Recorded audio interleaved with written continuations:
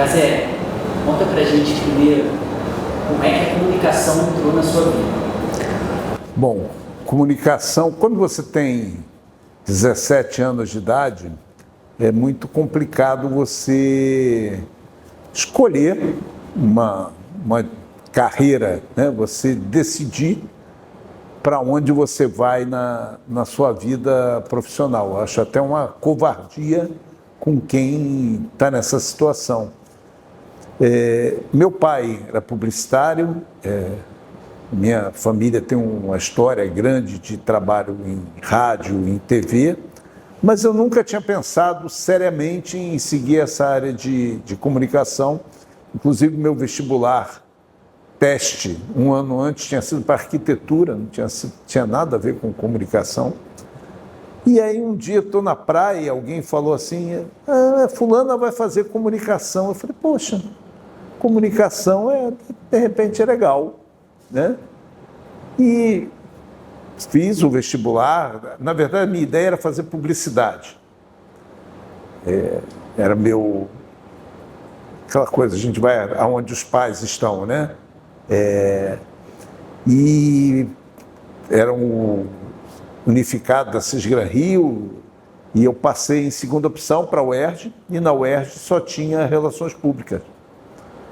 Eu falei, poxa, queria tanto fazer publicidade. Eu falei, eu vou fazendo relações públicas e depois posso tentar uma transferência e tal.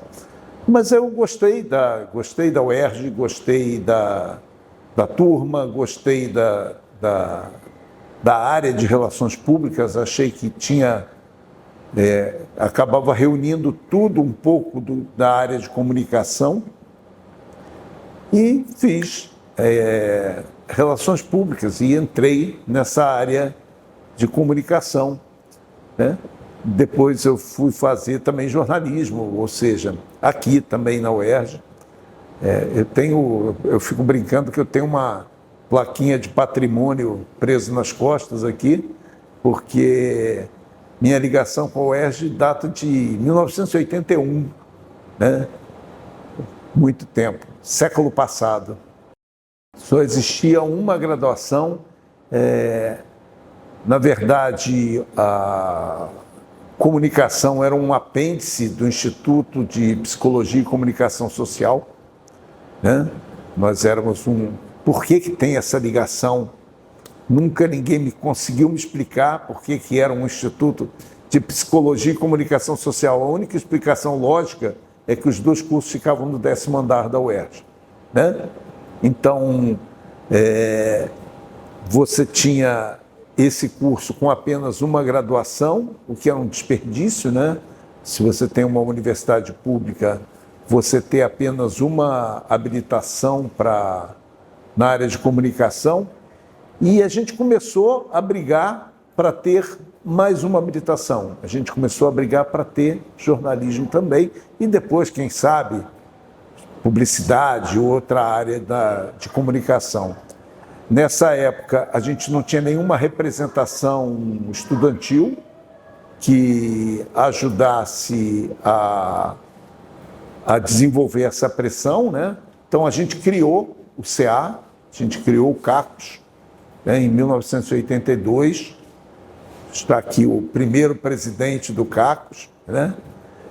E tanta gente, Ricardo Freitas, era da primeira diretoria do CACUS, Luísa Cruz, que também é professora aqui, era da primeira diretoria do CACUS, né? Foi essa mobilização, essa criação dessa mobilização estudantil aqui que conseguiu garantir que a gente pudesse ter não só uma nova habilitação, mas também poder desenvolver o projeto de ter a Faculdade de Comunicação Social, né? Fazer esse parto a fórceps aí, tirar a gente do Instituto de Psicologia e ter a Faculdade de Comunicação Social. Não foi fácil não, tá? Porque a gente tem que lembrar que a gente ainda estava dentro da ditadura militar, tá? Eu estou falando isso aí de 80 O CACUS surgiu em 82, né? Então eu fiquei aqui como aluno até 84, né? E era uma briga. Você ia para a reunião de conselho departamental, não aceitavam a questão de você ter representação estudantil dentro daquele fórum ali. Era visto como algo inaceitável. Só que os tempos já começavam a ser outros, né? Você tem uma ideia, para vocês terem uma ideia, teve uma eleição, depois da eleição do Brizola, né, que aí já tinha ventos democráticos, né, soprando aqui para a gente, chegou a época de trocar o reitor, e a gente propôs fazer, todos os movimentos estudantis, movimento de servidores, de professores, de fazer uma eleição direta para reitor da UERJ. Falar em eleição direta ainda causava, né, frisson, ainda causava arrepios em quem tinha esse domínio, né, proporcionado pela época da ditadura militar. E nós fizemos, né, preparamos tudo. Quando chegou na véspera da eleição, a ministra da Educação do governo Figueiredo entrou na justiça para bloquear a eleição, para invalidar a eleição.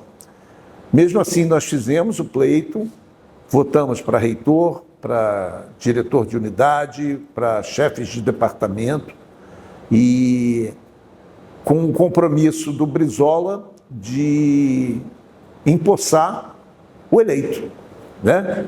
A gente conseguiu que os chefes de departamento fossem empossados, que os chefes de institutos fossem empossados. Quando chegou na reitoria, tinha uma lista tríplice. Dentro dessa lista tríplice tinha o Charley Fayal, que por um acaso era pai do Carlos Fayal, que era deputado do PDT, e o Brizola roeu a corda e escolheu o Charley Fayal. Mesmo assim, foi um movimento muito forte, tanto que a partir da eleição seguinte, houve eleições do mandato seguinte, né? Houve eleições para reitor e essas eleições passaram a ser respeitadas, né? Algum mérito a gente teve nessa história. A gente percebeu que só com uma representação estudantil a gente conseguiria avanços, né? A pressão dos alunos era fundamental para que esses avanços viessem. Então, se ninguém incomoda, as coisas não acontecem. A criação do CACUS surge como um elemento, primeiro, de aglutinação dos alunos, né? De você, através de uma série de iniciativas, trazer esses alunos para uma unidade, criar uma unidade desses alunos, e a partir dessa unidade você ter força para demandas, né? Era um momento em que se questionava, inclusive, o movimento estudantil, né? O movimento estudantil old fashion, digamos assim, né? Uma coisa de muitas palavras de ordem, né? Questões de ordem e tal. E ao criar o CACUS, a gente passou a ter acesso também ao colegiado do DCE, né? E o colegiado do DCE, ele era de voto...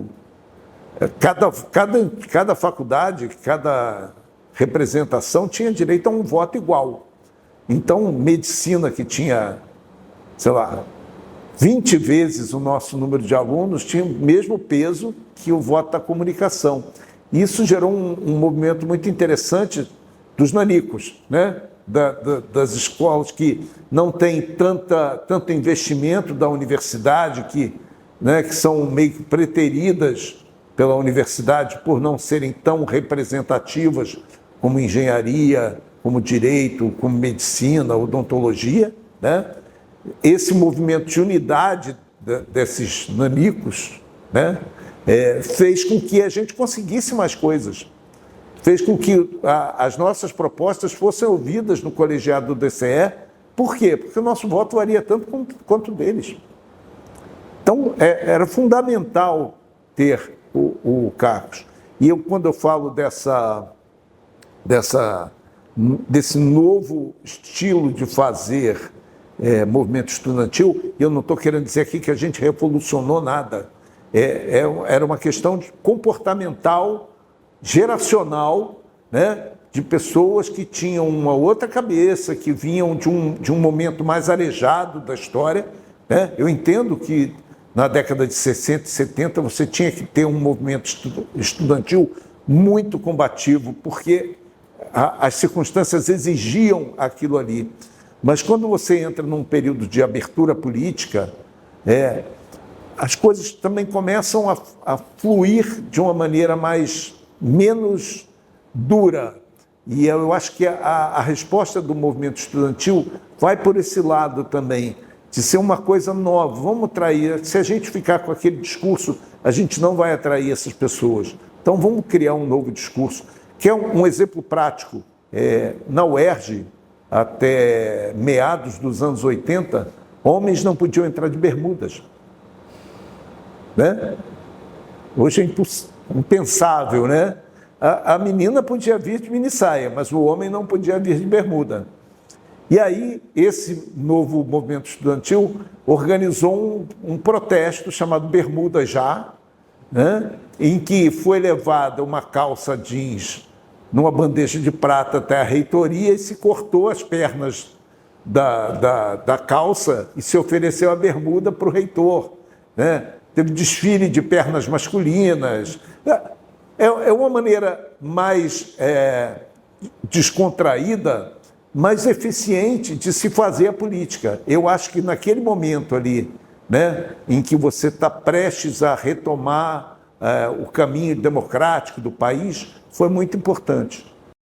Durante o período que eu estava no Oeste, eu cheguei a fazer alguns estágios em assessorias de comunicação. Foi onde eu comecei a ter contato com o mercado de trabalho. Na época, depois eu fui trabalhar com meu pai. Meu pai tinha uma pequena produtora de comerciais de TV e a gente tinha muitos clientes que a gente chama de varejão, né? Que são clientes que não pagam tanto, mas fazem muito comercial, né? Me lembro que na época tinha o Chico Recarei, que era um rei da noite carioca, que ele tinha várias casas de show. Então, toda semana a gente tinha 4, 5 anúncios das casas de show dele para fazer. E isso ia dando uns caraminguás aqui e ali, né? Até que passou a nova habilitação, jornalismo, e eu voltei para a UERJ como aluno em 1987. Ou seja, eu fiquei aqui de 81 a 84. Depois eu voltei em 87 para fazer mais 2 anos de jornalismo, com aproveitamento de estudos, né?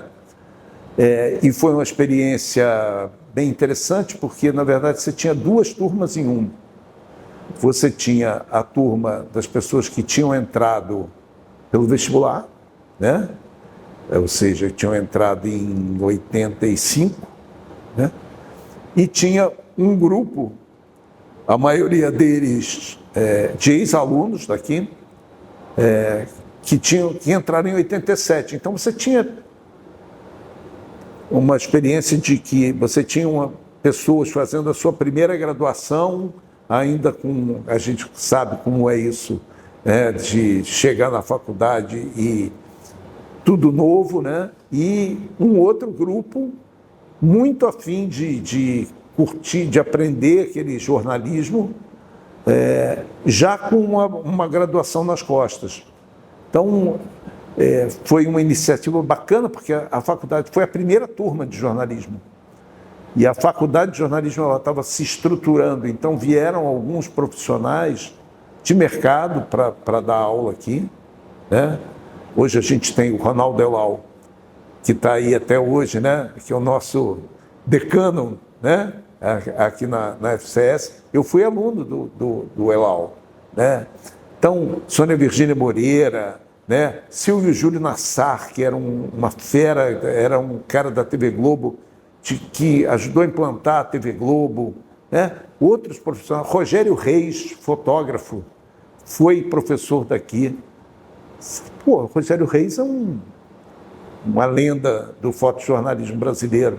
Então foi muito bacana que a gente estava ali com aqueles caras novos, aqueles caras com a vontade de fazer também um trabalho novo, de criar um espaço novo para a discussão do jornalismo. E para a gente curtindo aquilo e outro grupo meio que, né, fazendo para passar, né, aquela coisa, não está tão interessado.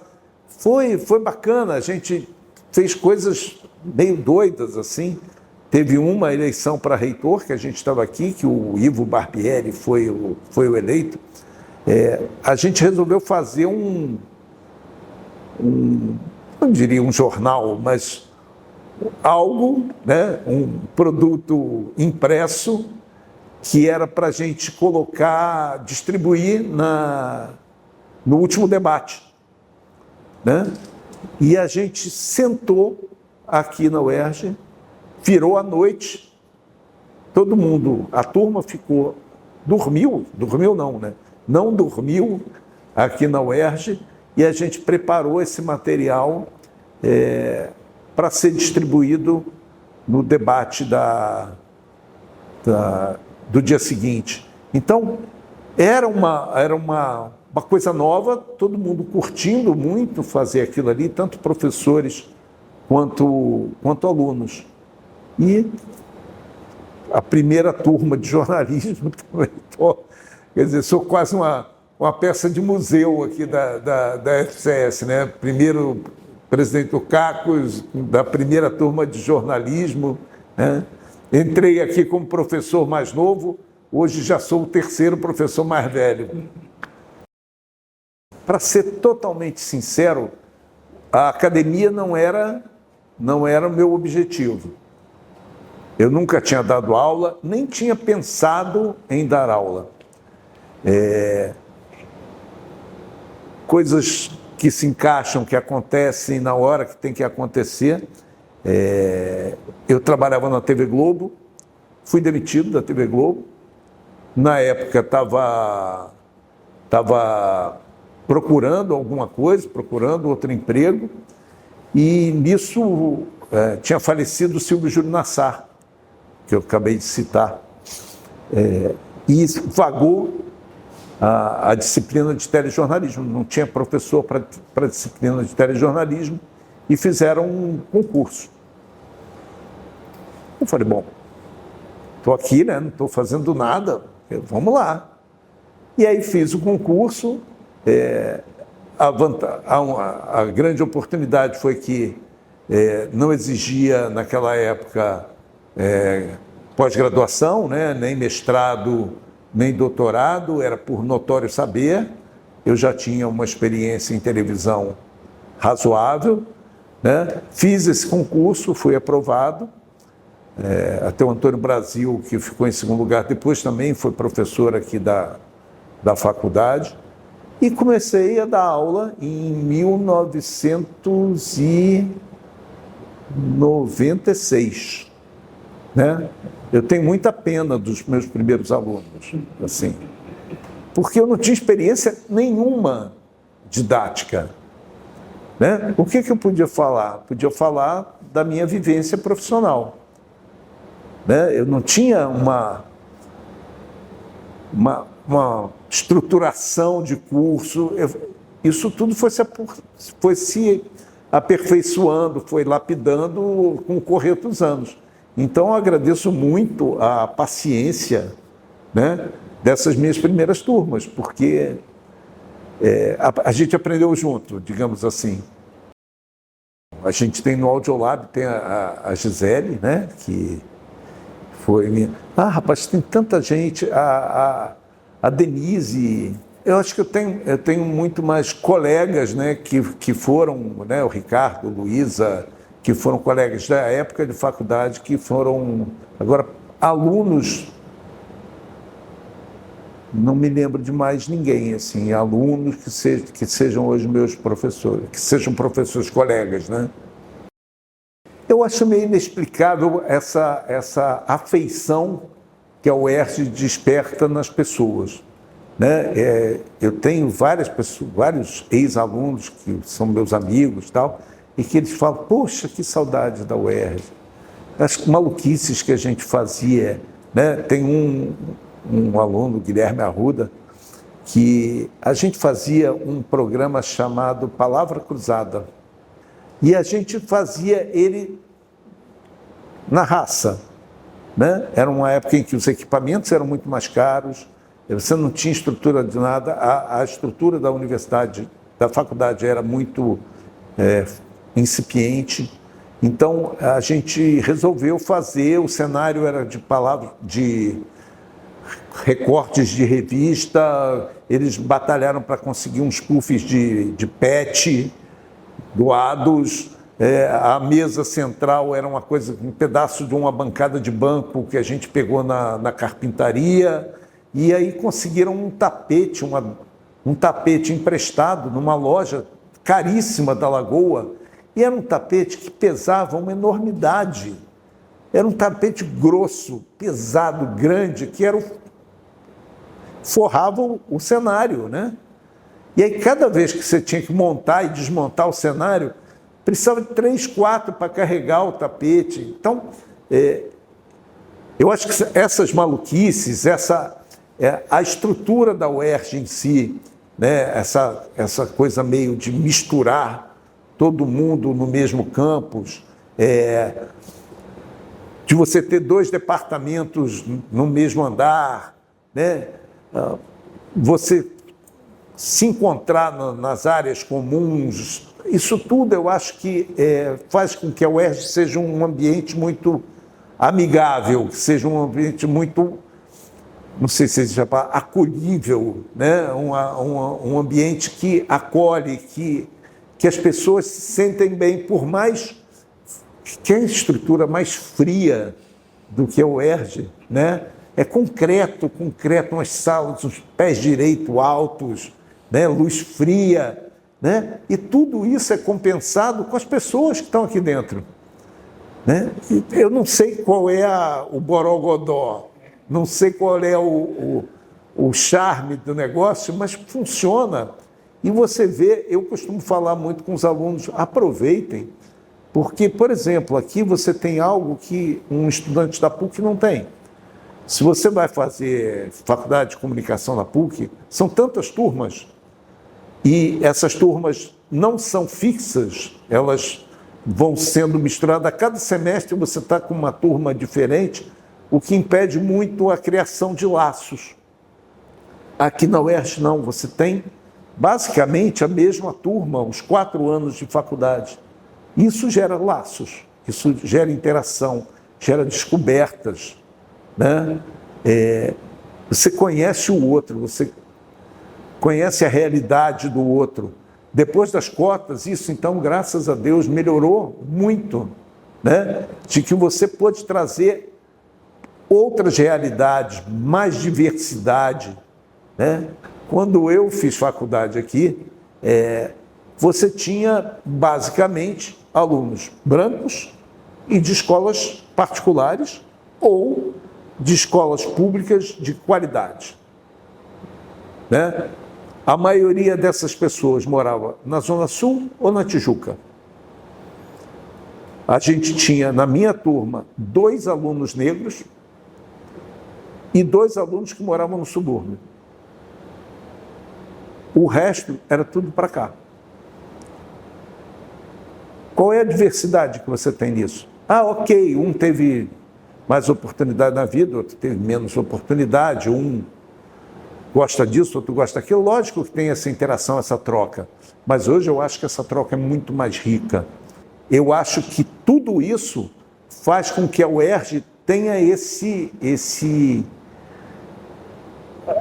apego pelos alunos e os alunos tenham esse apego pela UERJ. E aí voltar é um prazer, seja voltar para estudar, seja voltar para dar aula, seja voltar para participar de uma aula, participar de um evento, É muito difícil você chegar para alguém e falar assim, olha, a gente está querendo você lá para falar. Ó, lógico, eu vou. Por quê? Porque existe uma ligação. Tem um outro aluno que ele, durante muito tempo, ele foi repórter aéreo. Ele trabalhava em helicóptero, fazendo trânsito e tal. E toda hora ele postava uma foto de cima da UERJ. Quando ele passava em cima da UERJ, ele botava uma foto e dizia, minha UERJ e tal, não sei o quê. Não sei, é um borogodó, com certeza. Eu sempre fui um cara de mercado, né? Eu comecei a trabalhar em televisão em 1988 e trabalhei diariamente até 2018. Teve época de eu ter 3 empregos, né? Dava aula, fechava um jornal e ainda tinha algum bico por fora, né? Épocas em que a gente está precisando se estabelecer, né? Família, filho, né? Filha, na verdade. Eu não tinha tempo para uma carreira acadêmica, não sobrava tempo. E havia uma cobrança, não tão ostensiva, mas havia uma cobrança, tipo, a gente precisa, o CNPq cobra, né? A gente tem que ter professores titulados. Mas eu não tinha essa possibilidade. Eu não podia abrir mão do salário da iniciativa privada, porque era um salário 3 vezes maior do que o salário que eu tinha aqui, né? E eu não tinha condição de fazer isso. Fora que era um trabalho que eu fazia e que esse trabalho alimentava justamente o meu conhecimento para poder repassar esse conhecimento dentro de sala de aula. Eu estar atualizado com o mercado significava que eu poderia dar um conteúdo muito mais real, muito mais realístico para os meus alunos, né? Hoje, que eu não estou mais no mercado, eu tenho que cortar um dobrado para me atualizar, eu tenho que ficar atento, muito mais atento. Não, lá as coisas chegavam, você estava fazendo, era no seu dia a dia, né? Então, quando a vida deu uma acalmada, assim, eu fui fazer o mestrado, né? Tanto mestrado quanto doutorado eu fiz aqui, ou seja, minha vida acadêmica é toda ligada com a UERJ. Depois que eu entrei na faculdade, eu fiz RP, jornalismo, mestrado e doutorado. E aí ficam já soprando, tem que fazer pós. Não. Por enquanto, não, né? E além de trabalhar em mercado, também escrevia livros, então era uma vida muito, muito corrida. Curiosamente, tanto a minha dissertação de mestrado quanto a minha tese de doutorado, nada tem a ver com jornalismo, o que é uma coisa, pode parecer estranho, né? Pode parecer uma coisa inaceitável, porque já que você gosta tanto de jornalismo, já que você trabalhou com isso, exatamente por isso. Porque já que já não era mais garoto, não tinha. Hoje a gente vê o pessoal saindo da graduação, já entrando no mestrado, já entrando no doutorado, né? Eu precisava de um estímulo para fazer essas graduações, né? Essas pós-graduações. O primeiro tema, eu entrei aqui para falar de uma coisa totalmente diferente, e uma vez ouvindo uma música que falava de Rio de Janeiro, eu falei, posso fazer de música e tal, não sei o quê. De repente surgiu um filme de animação chamado Rio, né? Que eu falei assim, e se eu falasse, ao invés de eu falar de música, eu falasse de cinema? Então, a minha dissertação de mestrado é sobre a imagem do Rio de Janeiro no cinema, tendo como estudo de caso o filme Rio. Porque até então, o que você tinha de exposição da cara da cidade do Rio de Janeiro era uma coisa muito estereotipada, né? Principalmente em filmes estrangeiros, né? Na verdade, é muito mais, eu trabalhei muito mais em cima do olhar estrangeiro sobre o Rio de Janeiro, e aí eu venho desde missão artística lá de Dom João, né? Onde se tentou sempre traduzir, e aí passando por Hollywood, né? Nos anos 40 e 50, com Carmen Miranda, né? Passando por filmes que... 007, por exemplo, teve um 007 que ele lutava contra o vilão no bondinho do Corcovado, né? E o cara cortava o cabo do Corcovado com os dentes, né?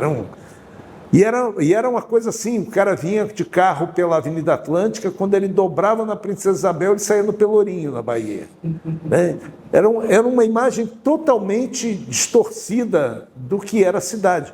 Muito em cima do estereótipo, muito em cima, né, de samba, rumba, né, carnaval, mulheres, né? Sempre foi isso. E essa animação Rio, ela faz uma leitura diferente da cidade. Por quê? Porque o animador era brasileiro. Então, uma das preocupações dele foi retratar o Rio de Janeiro fielmente, geograficamente falando, fielmente. Então, o Pão de Açúcar estava onde era o Pão de Açúcar, a entrada do Jardim Zoológico, um pouco estilizada, mas era como é a entrada. Então, eles passando pela orla. Aquilo eu acho que foi um negócio tão importante para o Rio de Janeiro, porque não é só a questão das pessoas que viram o filme. Teve e aí a gente coloca isso no trabalho, ações promocionais, venda de produtos que tinham os personagens como símbolo nas campanhas, tal. Isso correu o mundo inteiro. E a imagem do Rio de Janeiro ali presente, né? Então, acabou que ficou um trabalho que eu gostei muito, me diverti muito fazendo. E se a gente podia juntar as duas coisas, né, a diversão com o dever, acabou acontecendo isso. Com o doutorado, algo muito semelhante. Eu ainda trabalhava na TV Brasil, né? E, por sinal, foi meu último trabalho na TV Brasil, em 2018. A gente fazia um programa chamado Caminhos da Reportagem, que era um programa de 52 minutos de produção, e eu dei a ideia da gente fazer um programa sobre games. Por que games? Porque você vê hoje como é que cresceu e tal. Eu não tinha a menor noção, quando eu sugeri, do que era o mercado de games, do que era o mundo por trás dos games. E a gente começou a fazer o programa e aquilo ali foi crescendo para mim de uma forma. Eu costumava dizer que era como se eu tivesse... Sabe aqueles filmes que tem uma realidade paralela? Como se eu tivesse entrado num portal do mesmo tempo e espaço, só com uma realidade paralela. Era isso, era a realidade do mundo dos games. Em termos financeiros, em termos comportamentais, tudo aquilo ali, eu fiquei tão encantado com aquilo ali, que eu resolvi fazer o meu doutorado nessa área de games. E aí surgem 500 mil ideias, né? Dentro de tudo aquilo que a gente tinha feito para o programa, em um programa de 52 minutos, você pinça vários aspectos, né, de como definir um foco de estudo, como você definir um objeto para tratar naquilo e ligado com a área de comunicação social, né? E aí eu resolvi fazer o estudo em cima de um gamer, especificamente, um cara extremamente midiático, chamado Nobru, né? Bruno Góes, se eu não me engano, que era um moleque, na boa acepção da palavra, um garoto que morava numa quebrada de São Paulo, numa favela, que fazia os vídeos dele na casa da avó, esticando um pano verde atrás ali, e que se tornou um fenômeno midiático, né? Um cara que ganhou milhões de seguidores, que passou a ser embaixador de marcas, que passou a comandar campanhas de vários produtos, que tem um canal com muitos vídeos, com outros tantos milhões de visualizações. Falei, pô, tá aí meu objeto, né? E fiz o trabalho, me diverti muito também, achei que foi bacana, totalmente fora da minha realidade. Eu não jogo absolutamente nada. Antigamente ainda jogava um joguinho no celular, hoje nem isso, porque aquilo ali, se eu já sou um procrastinador por natureza, ter joguinhos no celular só piora, né? Que aí você para jogar aquilo ali e você está deixando as tarefas todas para o lado. Então, eu não jogo nada, era tudo novo para mim, tudo que eu estava vendo era novidade. E foi uma coisa curiosa desse trabalho, é que minha banca, eu tive 2 orientadores, o Elau, para falar mais da questão do esporte em si, porque na verdade o game ele é um esporte, né? É um e-sport, né? Para falar dessa questão do atleta, da relação do atleta com mídia e tal, e a Fátima Regis para falar da questão da parte teórica de comunicação, né? Quando juntou tudo, deu liga, ficou legal, e era tudo muito novo para mim. E aí estimula, né? Porque jornalista é um bicho curioso. Então, se aparece uma coisa nova que te estimula, fica muito mais fácil de fazer, né, do que você fazer mais um trabalho que tantas pessoas já fizeram, né? E eu resolvi ir por esse caminho e foi muito bom. Eu trabalhei em televisão durante 30 anos. Adoro televisão, adoro edição, mas se eu hoje alguém me perguntar o que eu mais gosto de fazer nessa área, é escrever. Eu estava conversando isso outro dia.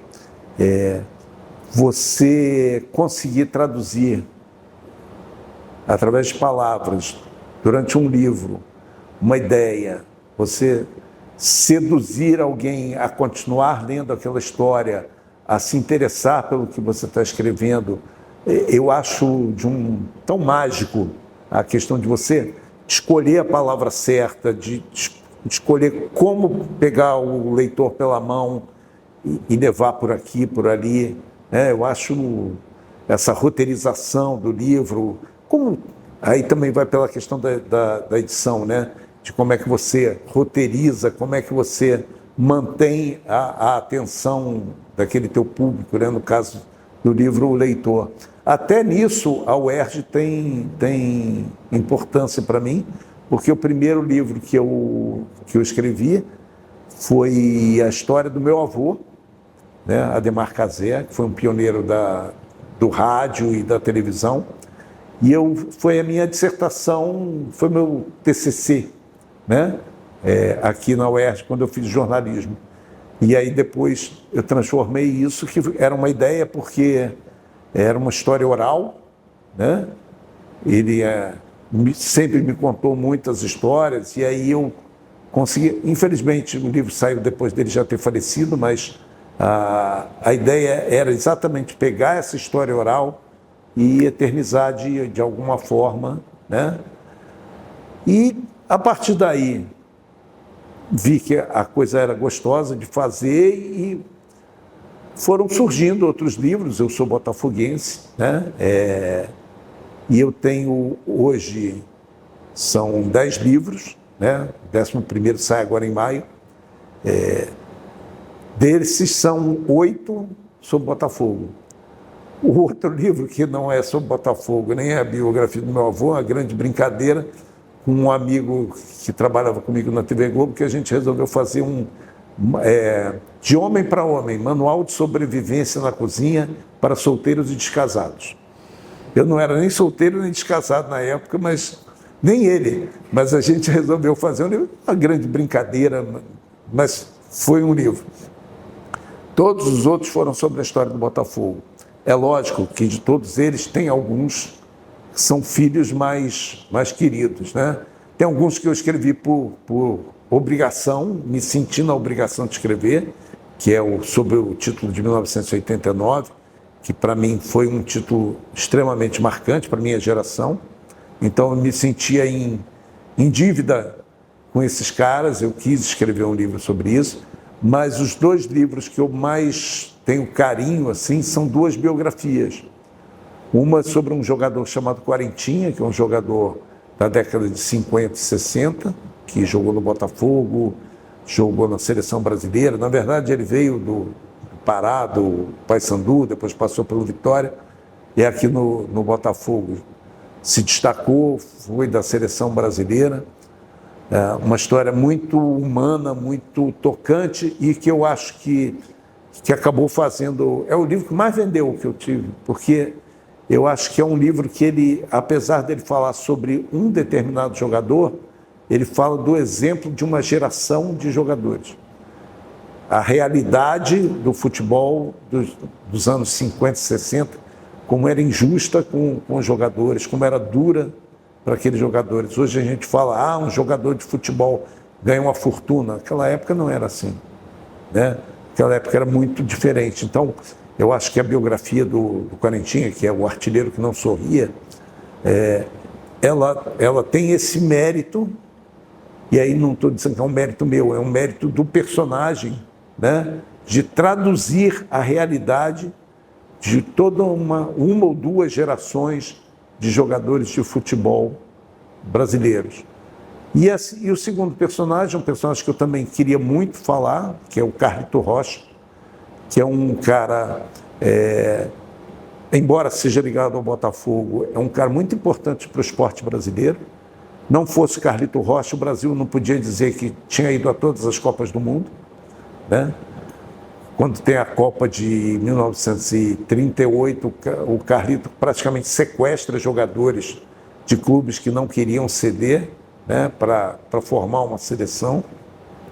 Um cara que teve importância política, foi o primeiro cara a fazer frente ao Avelange, por exemplo, né? Ele, naquela época, já sabia o que a gente só foi descobrir muito tempo depois, que a gente desconfiava, mas só foi atestar muito tempo depois. Ele foi um cara que teve muita influência para o remo. Então, para o futebol, de uma maneira geral, um cara que lutou contra o racismo, que era uma coisa muito forte na época, um cara que deu muita força para o Vasco, por exemplo, quando o Vasco brigava para combater o racismo, né? Brigava contra o preconceito de ter jogadores pobres, jogadores pretos, né? Então, é um cara, uma figura riquíssima e que foi um grande desafio para mim, porque quando eu escrevi, ninguém mais que tinha convivido com Carlito Rocha estava vivo. Então, como é que você conta uma história dessa? Isso só foi possível porque ele era uma figura tão marcante, tão impactante, tão midiática, que você tem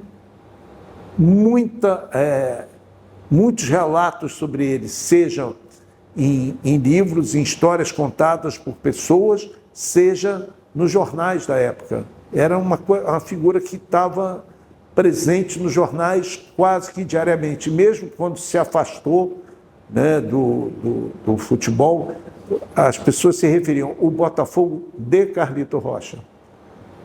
Então, sabe, e aí você descobre histórias aqui e ali, e foi uma experiência diferente para mim também, porque eu me dei o direito de fazer em alguns momentos, algo meio ficcional, algo... que nem no humorismo tem, que você tem o humorista e tem o cara que faz escada para ele, que faz, né, que interage com ele. Em algumas situações, eu criava personagens para contar facetas dele através de personagens interagindo, né? E isso, na época, minha esposa, que também é jornalista, virou para mim e falou: poxa, mas isso não é jornalismo. Como é que você vai escrever uma biografia fantasiando isso? E eu fiquei muito amargurado na época. Eu falei: poxa, mas tá tão legal, né? E aí eu resolvi falar com uma escritora, amiga minha, Luiz Valente. Falei, Luiz, olha, está acontecendo isso aqui. Não tem problema nenhum, não. Diz que é uma biografia romanceada. Acabaram-se as minhas dúvidas, acabaram-se as minhas incertezas e saiu um livro que eu gosto muito. Então, esses 2 livros são livros que eu tenho um carinho maior pela construção de toda uma narrativa em cima de 2 personagens muito incríveis, assim. O que é FCS para você? Eu acho que é parte da minha vida, né? Aliás, é a maior parte da minha vida. Se pensar que eu nasci em 1963 e o primeiro contato que eu tive com a UERJ foi em 1981 e que de lá para cá, só entre 88 e 96 eu não estava aqui, né, de uma maneira mais efetiva, é muito tempo, né? Outro dia eu estava até entrando aqui vindo aqui pelo Haroldinho, né, entrando ali pela escadaria, e aí eu me toquei, caramba, foi por aqui que eu entrei a primeira vez na UERJ. Né? Tinha saltado, eu morava em Copacabana, saltei de um 434 da vida ali e entrei a primeira vez na UERJ por ali. Eu falei, cara, quanto tempo, né? E aí você pensa assim, lógico que seria totalmente impossível de você imaginar o que depois isso aqui se tornou na minha vida. Mas tem uns vídeos engraçados na internet, que é um cara passando e vem alguém do futuro, né, passando no sentido contrário, falando alguma coisa que vai acontecer. Eu fiquei imaginando isso, imaginando eu hoje passando por mim em 1981, falando, tu vai viver aqui o resto da tua vida, né? Que é uma coisa impensável, né? E é uma coisa que me deixa muito feliz, né? Eu acho que eu me refiro isso aqui com minha casa, minha segunda casa, não tem como ser de outra forma, né? Tantos amigos que eu tenho hoje que eu criei, tantas amizades que eu criei aqui, seja nos tempos que eu era aluno, seja nos tempos em que eu fui professor, né? Alunos que até hoje eu tenho contato, que, ok, não é um contato diário, mas, sabe, que a gente se fala, que tem carinho e tal, e que a gente torce por eles, né?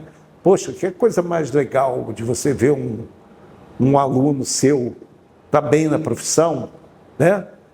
Não estou dizendo isso para vangloriar, não, para dizer assim, olha, foi meu aluno, eu é que ensinei. Não, nada disso, né? É a questão da felicidade de você ver que isso aqui serve para alguma coisa, né?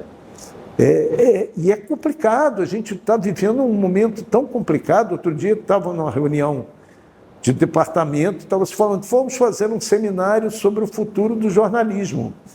E aí eu fui extremamente sarcástico, eu falei assim, se ele existir, né? Então, é muito complicado, ninguém pode dizer o que vai ser daqui para frente, ou como ninguém podia dizer há 10 anos atrás o que a gente está vivendo hoje.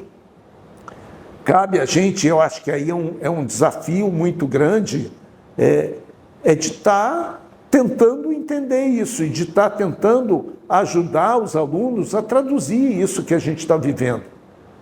Porque em muitos momentos os alunos sabem mais sobre algumas coisas, sobre ferramentas, sobre técnicas, do que a gente. Dominam muito mais esse ambiente digital do que a gente. Cara, eu estou longe de ser uma pessoa nativa digital, né? Muito. O meu primeiro computador eu fui ter depois que eu casei, já era década de 90, né? Mal tinha um processador de texto. Internet, eu fui ter internet da Alternex, primeira servidor de internet assim, público que tinha aqui. É muito difícil. E o que eu acho hoje que é o grande desafio é exatamente conversar com esses alunos para que a gente pense, ok, passar técnicas, passar a realidade do mercado, isso tudo é legal. Mas eu acho que hoje, mais do que nunca, é a gente tentar entender essa barafunda que a gente se meteu, né? Eu brinco muito dizendo que parece, a gente vê nos livros de geografia o que é a caatinga, né? Por que o sertanejo usa aquelas roupas de couro? Porque tem espinho para tudo que é lado e ele tem que se agachar e tem que passar. A gente está vivendo uma caatinga digital, entendendo que tudo espeta, em que tudo é difícil e que o que parece fácil é difícil. Às vezes, mas tudo é fácil, tudo tem um aplicativo, tudo tem não sei o quê. Mas, cara, como é que você usa isso? Não é só usar tecnicamente falando, não é só saber manusear aquela ferramenta, mas de que forma a gente usa essa ferramenta? De que forma a gente consegue um melhor desempenho, um melhor resultado, um resultado bacana, um resultado com conteúdo? Eu acho que a gente está vivendo um momento em que o conteúdo está virando quase palavrão, entendeu? Em que, não, tem que ser entertainment, entendeu? Tem que ser 3 minutos? 3 minutos é muita coisa, né? Quem é que vai assistir aqui? Eu estou falando 1h30. Ninguém vai assistir isso, porque ninguém assiste mais esse tipo de coisa.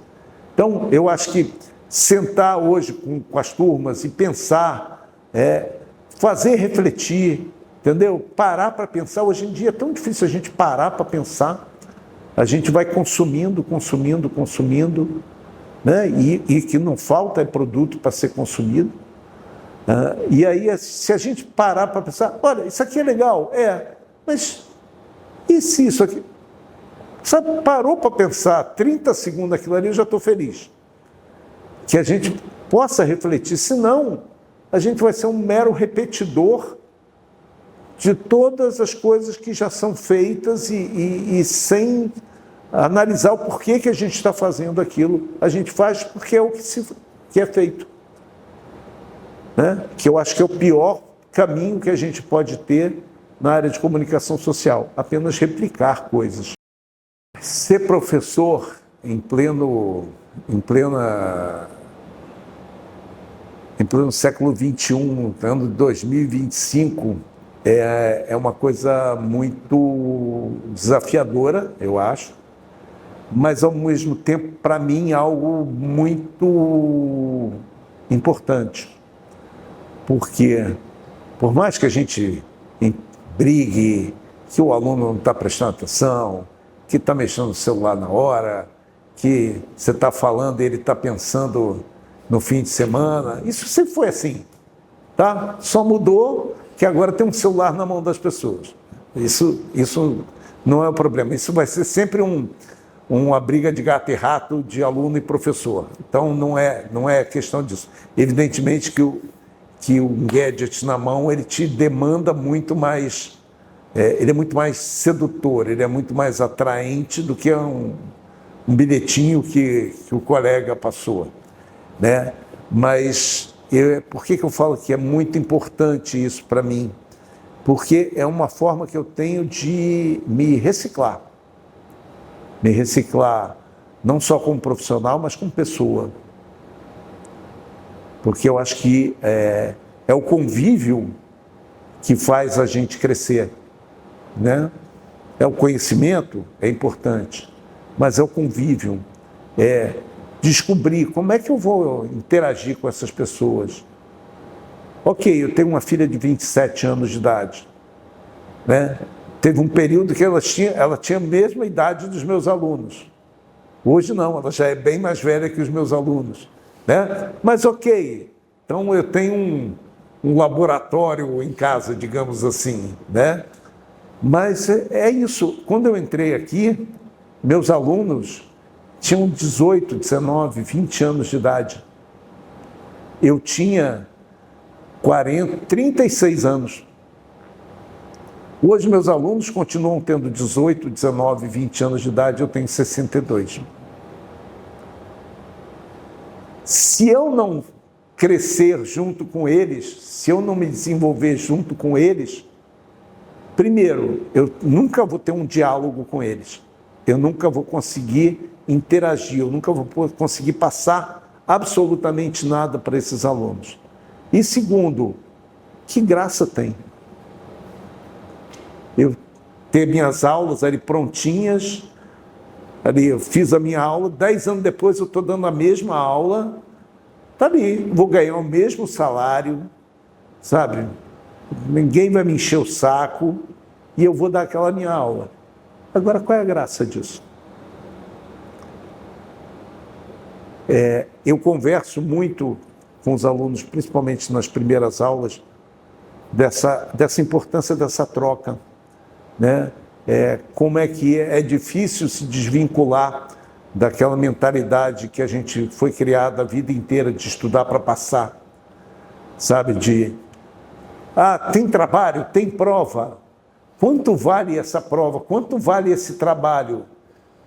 Cara, outro dia um aluno me perguntou assim, mas essa atividade vale quanto? Eu falei, jura que você está me perguntando isso no 5º período? Cara, volta lá no teu colégio, pergunta para a tua professora lá. É outro mundo, cara, é outra realidade. Viva essa realidade, sabe? Você tem pessoas, e a tendência é olhar os mais velhos como obsoletos, né? Mas se você pensar que você tem pessoas ali, primeiro, que têm uma grande experiência profissional, pessoas que têm uma grande experiência acadêmica, pessoas que são pesquisadores, que são estudiosos da tua área, por que você não vai aproveitar essa convivência? Cara, a regra é essa, tá? Entrou aqui, não é só vir a chegar e assinar a chamada, né? A lista de presença, né? Embora às vezes nem precise, né? Porque vai ter um amigo que vai assinar a lista de presença, né? De vez em quando dá vontade de botar aquela música daquele filme Caçadores Fantasmas, Ghostbusters, né? Assim, vamos caçar os fantasmas da lista de hoje, né? Como se a gente não tivesse sido aluno, como se a gente não tivesse feito isso, né? Então, eu acho que se eu conseguir, desses alguns anos que eu ainda pretendo ficar aqui, né, até a expulsória aí, ou até a paciência acabar, eu conseguir ter esse tipo de relacionamento bacana e, mais do que tudo, respeitoso de ambas as partes, eu acho que eu já fico feliz.